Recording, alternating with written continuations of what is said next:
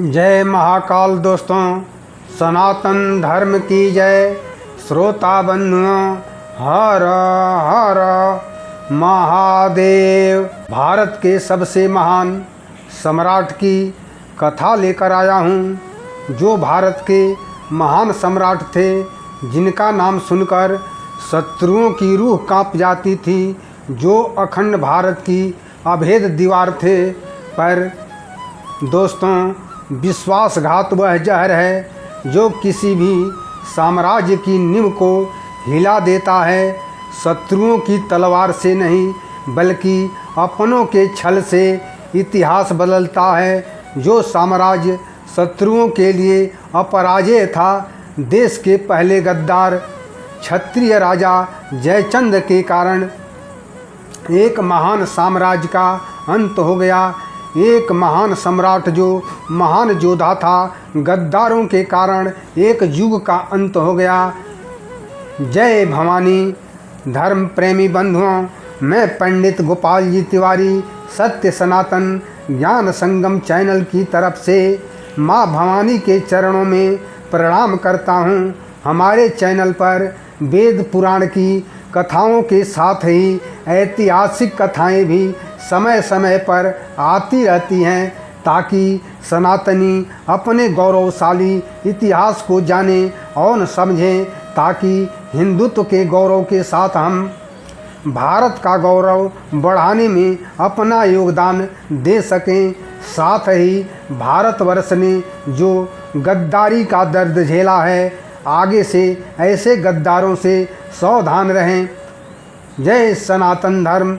श्रोता बंधुओं, मैं भारत के महान सम्राट पृथ्वीराज चौहान की कथा लेकर आया हूँ, जो अखंड भारत के गौरव की गाथा है।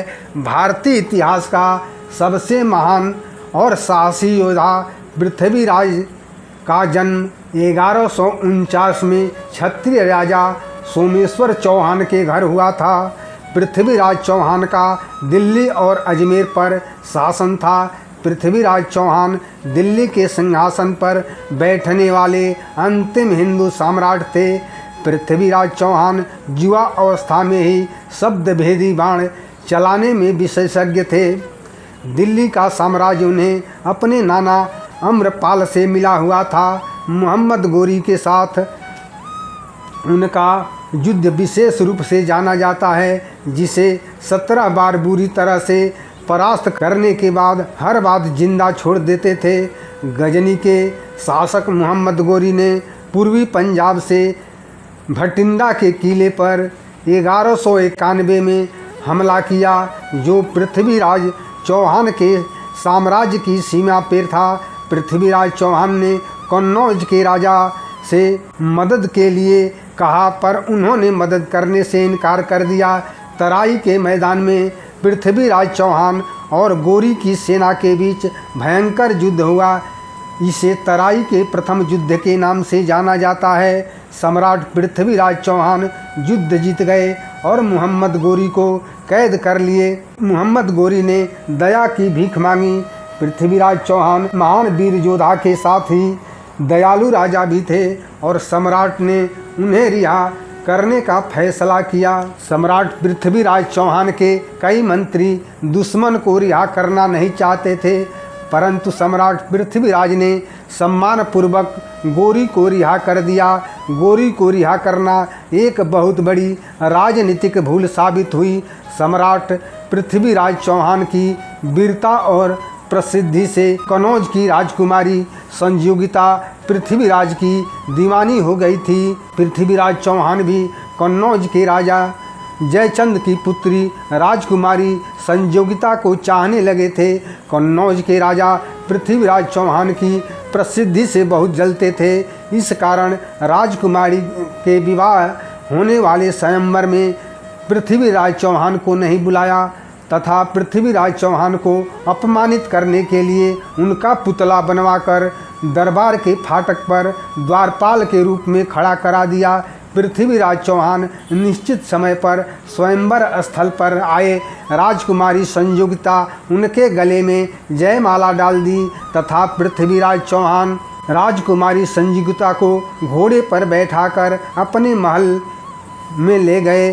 राजकुमारी संजीविता के साथ पृथ्वीराज का धूमधाम से विवाह हुआ। इस घटना के बाद जयचंद पृथ्वीराज से और जलने लगा और पृथ्वीराज चौहान को अपना दुश्मन मानने लगा। यहीं से देशद्रोह की, भारत से गद्दारी की पटकथा जयचंद द्वारा लिखी गई। जयचंद मोहम्मद गोरी को भारत पर आक्रमण करने का न्योता दिया। इस प्रकार जयचंद के सहयोग से मोहम्मद गोरी और सम्राट पृथ्वीराज चौहान के बीच कुल 17 बार भयंकर युद्ध हुआ और 17 बार सम्राट पृथ्वीराज की सेना ने मोहम्मद गोरी को बुरी तरह हराया और 17 बार मोहम्मद गोरी को बंदी बनाया गया। मोहम्मद गोरी हर बार क्षमा मांगता और सम्राट गोरी को रिहा कर देते और यही सबसे बड़ी राजनीतिक भूल साबित हुई। घायल सांप को मार दिया जाता है, जिंदा छोड़ने पर वह ढूंढ कर डसता है। तराई के 18वें संग्राम में गद्दार जयचंद भारत के साथ बहुत बड़ा देशद्रोह किया। अपनी सेना गोरी की तरफ से लड़ने के लिए दे दिया। भयंकर संग्राम में गोरी धोखे से पृथ्वीराज चौहान को बंदी बना लिया तथा अपने देश गजनी ले गया। वहाँ कैद में पृथ्वीराज के साथ बहुत अत्याचार किया गया। सजा के तौर पर गर्म सलाखों से पृथ्वीराज चौहान की दोनों आंखें फोड़ दी। मोहम्मद गोरी आखिरी इच्छा के रूप में पृथ्वीराज चौहान को शब्दवेदी बाण चलाने की आज्ञा दे दी। पृथ्वीराज चौहान को शब्दवेदी बाण चलाने में महारत हासिल था। पृथ्वीराज फूटी आँखों के बाद भी शब्दवेदी बाण का बहुत अच्छा प्रदर्शन करने लगे। तब सुल्तान गोरी से रहा नहीं गया। वह मंच पर खड़ा होकर सम्राट को वाहवाही करके प्रशंसा करने लगा। पृथ्वीराज चौहान के सबसे अच्छे दोस्त चंदर बरदाई, जो वीर के साथ अच्छे कवि भी थे, गोरी ने उनको भी बंदी बना लिया था, जो अपने सम्राट के पास ही थे। एक कविता बनाकर तुरंत बोल पड़े। 4 बास 24 गज अंगुल अश परमान, ता ऊपर सुल्तान है मत चूको चौहान। चंद्र बरदाई ने सम्राट को संकेत देने के लिए इस देव को पढ़ा था।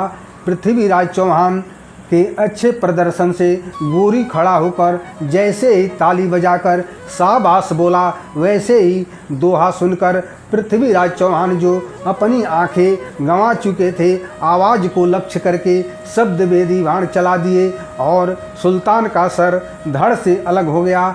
ऐसे वीर सम्राट थे पृथ्वीराज चौहान। कैद में रहते हुए भी दुश्मन का वध कर दिए।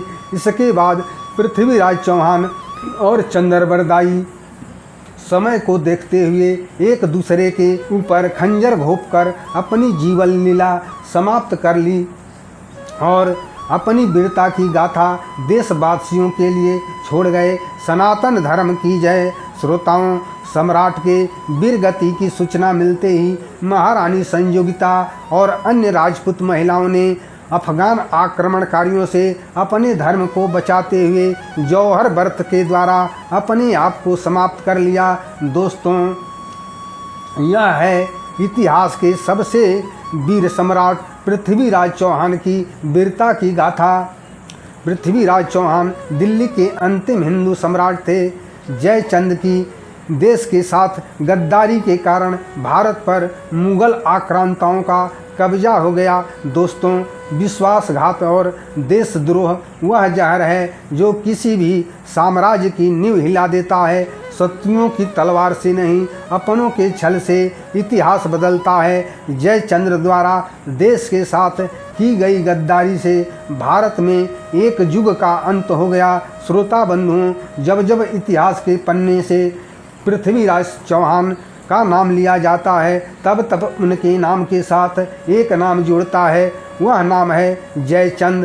तब से किसी भी गद्दार, धोखेबाज या देशद्रोही के लिए जयचंद का नाम मुहावरे की तरह प्रयोग किया जाने लगा। जयचंद ने दिल्ली की सत्ता के लालच में अपनी सेना देकर मोहम्मद गोरी का साथ दिया था।